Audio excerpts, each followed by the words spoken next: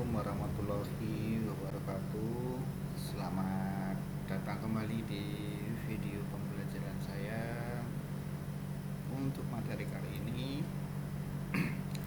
saya akan menjelaskan mengenai e-commerce. Langsung saja.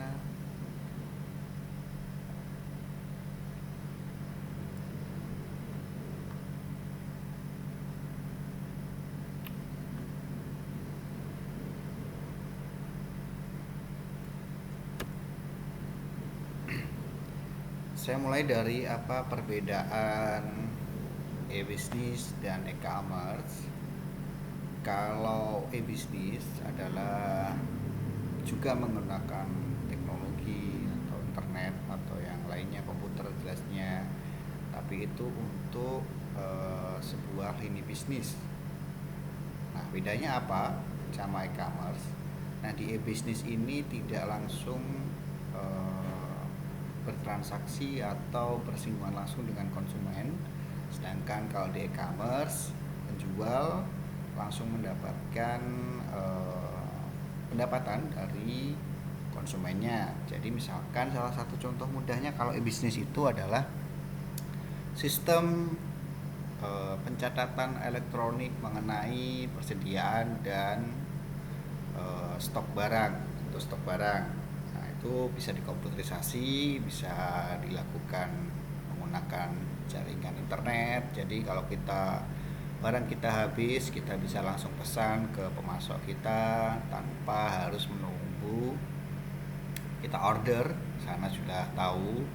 Lalu kalau e-commerce itu ketika penjual atau produsen menjual barangnya ke konsumen dan mereka mendapatkan pendapatan atau revenue dari produk yang dijual. Lah, pengertiannya sendiri, e-commerce adalah aktivitas penyebaran, pembelian, penjualan atau pemasaran barang dan jasa melalui sistem elektronik seperti internet, televisi, atau website, atau jaringan komputer lainnya.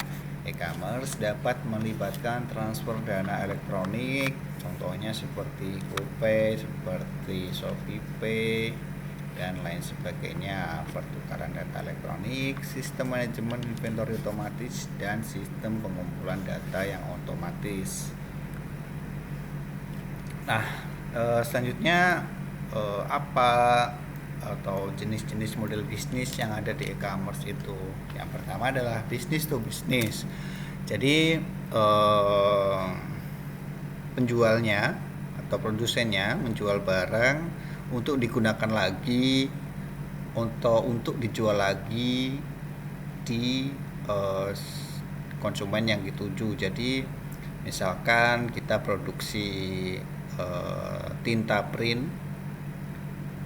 printing, lalu kita jual ke toko-toko komputer misalkan di wilayah kota Kediri. Nah, itu artinya mereka bisnis to bisnis, jadi tidak ke konsumen langsung. Nanti yang menjual konsumen langsung adalah toko retailnya. Nah, lanjut. Nah, ini toko tadi misalkan tinta printing, si produsen menjual ke toko-toko komputer yang ada di kota Kediri misalkan. Lalu kalau bisnis to consumer itu toko komputernya kita tujuannya adalah ke konsumen langsung, misalkan dia order lewat Tokopedia atau lewat media sosial yang lainnya atau marketplace yang lainnya, itu langsung ke konsumen akhir yang dituju. Lalu ada customer to business. Bagaimana sistem customer to business ini? Jadi misalkan saya punyai produk olahan kerupuk yang saya beli. Nah, di situ saya jualnya ke penjual-penjual yang ada di kantin sekolah, misalkan seperti itu bisa jadikan customer to business. Atau saya memproduksi kaos, saya jual di Shopee, lalu yang memesan adalah sebuah konveksi besar, sebuah toko retail besar. Nah, itu customer to business. Lalu ada lagi dropshipper. Dropshipper ini konsumen melakukan pemesanan lewat toko online, lalu toko online melanjutkan pesanan ke dropshipper.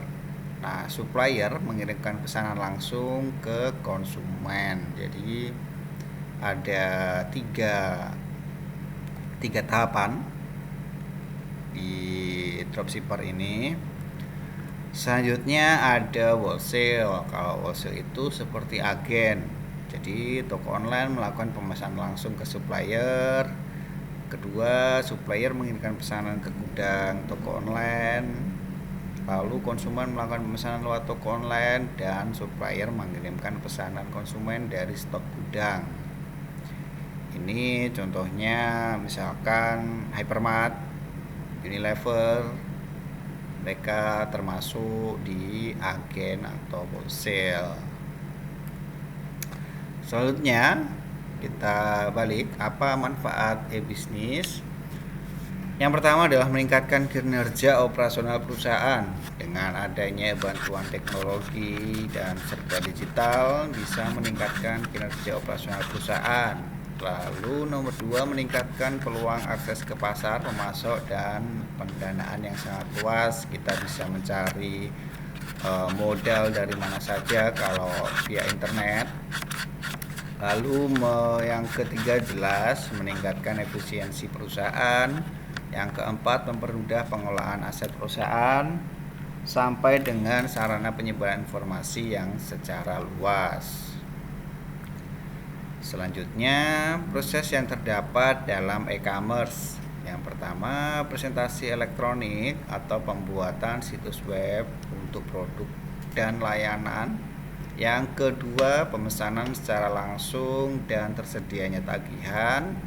Yang ketiga, secara otomatis akun pelanggan dapat secara aman mengonfirmasi pembelian atau akun yang terverifikasi baik melalui nomor rekening maupun nomor kartu kredit. Kalau sekarang bisa via m-banking dan lain sebagainya. Pembayaran yang dilakukan secara langsung, online, dan penanganan transaksi. Nah, itu dia proses yang terdapat dalam e-commerce. Saya rasa semuanya sudah sangat bisa, mahasiswa saya tentunya. Lalu yang selanjutnya adalah ruang lingkup e-commerce adalah sebagai berikut. Yang pertama jelas teknologi. Yang kedua ada pemasaran dan new customer process.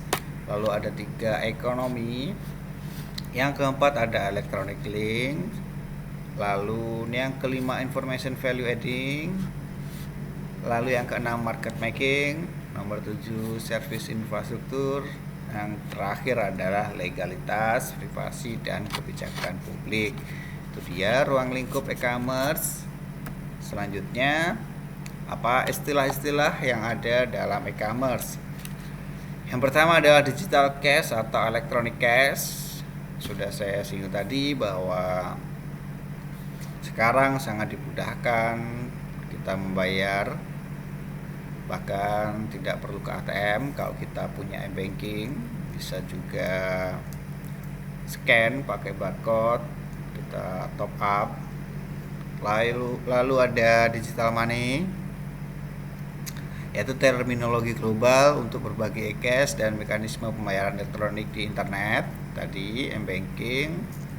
Lalu disintermediasi, yaitu proses untuk memotong jalur perantara. Jadi kalau kita berbelanja melalui online, kita bisa langsung menuju ke produsennya langsung.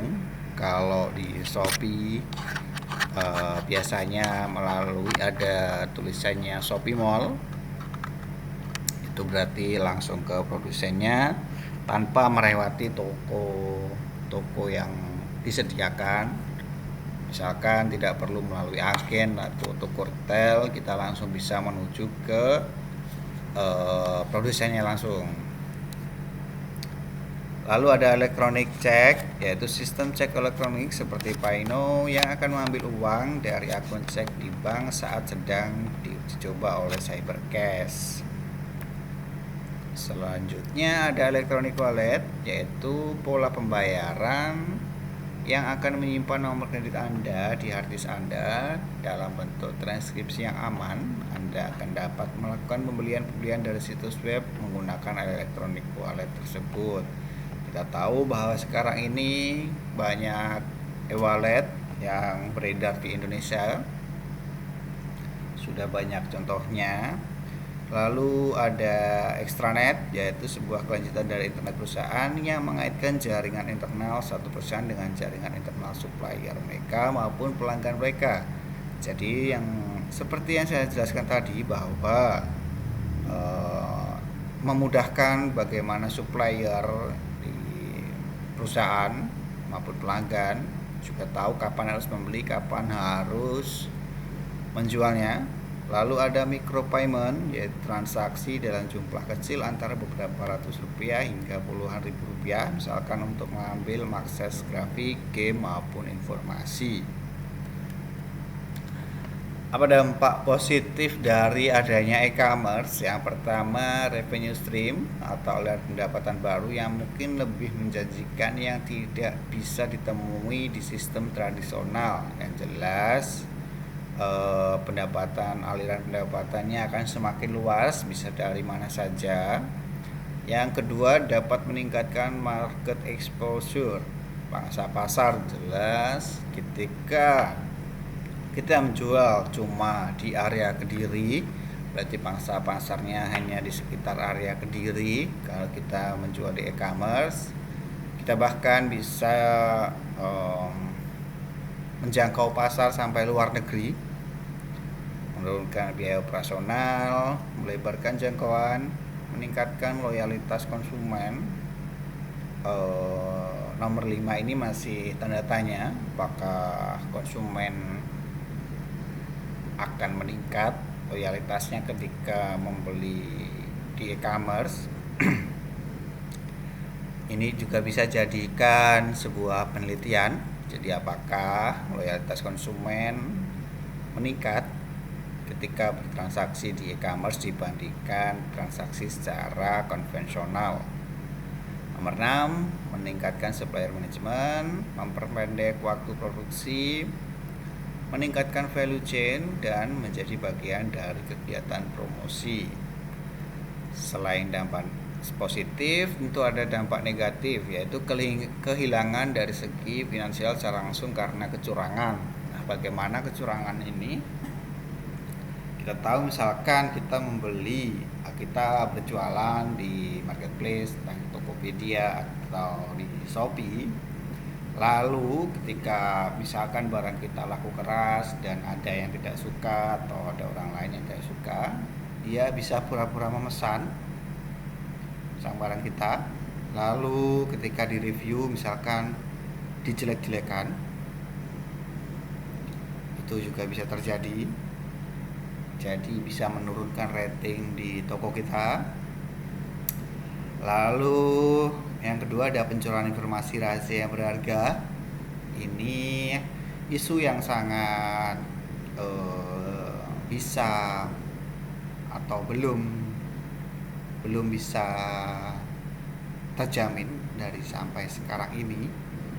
Bahkan beberapa waktu lalu kita tahu bahwa menurut berita bahwa data pribadi pelanggan dari perusahaan Bukalapak bisa diakses oleh orang lain atau oleh orang di luar negeri. Lalu kehilangan kesempatan bisnis karena gangguan pelayanan, misalkan sinyal atau gangguan internet atau gangguan di marketplace-nya. Lalu penggunaan akses ke sumber pihak yang tidak berhak, sama seperti data pribadi, kehilangan kepercayaan dari para konsumen. Nah, ini berbanding terbalik dengan yang dampak positif tadi. Apakah memang ketika kita menggunakan e-commerce itu bisa meningkatkan loyalitas atau malah bisa kehilangan kepercayaan konsumen? Kerugiannya tak terduga. Lalu 7, menciptakan pengangguran baru akibat berkurangnya kebutuhan tenaga kerja karena terpangkasnya rantai pemasaran.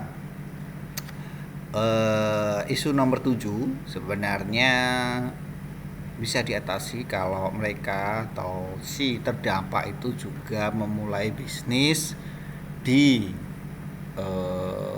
memulai bisnisnya di e-commerce. Tentu kita tahu bahwa sekarang ini dalam masa pandemi banyak para pekerja yang terpaksa harus dirumahkan dan mereka memulai usahanya dari entah itu berjualan apa saja, bisa jadi penopang atau bahkan bisa lebih besar pendapatannya ketika dibandingkan dengan ketika dia bekerja di kantoran. Lalu masih adakah kendala e-commerce saat ini? Kalau saya ditanya seperti itu, tentu saja masih ada kendala karena mungkin kalau generasi kita, generasi 90, generasi Gen Z, tidak ada masalah ketika kita mulai bisnis, dan banyak teman-teman saya juga yang mulai bisnis jualan di toko online. Tapi bagaimana dengan orang-orang generasi sebelum tahun 90-an? Seperti pengabdian masyarakat saya yang saya lakukan di Desa Harjomulyo, Kota Kediri. Nah, itu di sana yang jualan itu produknya ibu-ibu umurnya sekitar 30 sampai ke 50, dan mereka masih tapi belum memahami sepenuhnya bagaimana cara berjualan online. Nah, makanya saya melakukan penelitian atau Pengmas di sana. Jadi bagaimana membantu mereka agar produknya bisa dijual di toko-toko atau marketplace yang ada di Indonesia. Lalu sebagai penutup, ada sebuah quotes dari Bill Gates. Jika bisnis kamu tidak ada di internet, kemungkinan besar bisnis kamu akan keluar atau tersingkir dari dunia bisnis. Jadi kalau sekarang ini, kalau kalian tidak mencantumkan atau melibatkan internet dalam bisnis, kemungkinan besar bisnis kalian akan tidak bertahan lama, bisa memulai tapi tidak bertahan lama. Nah, mungkin itu untuk pertemuan hari ini. Semoga bermanfaat dan mohon maaf jika ada salah-salah kata. Assalamualaikum warahmatullahi wabarakatuh.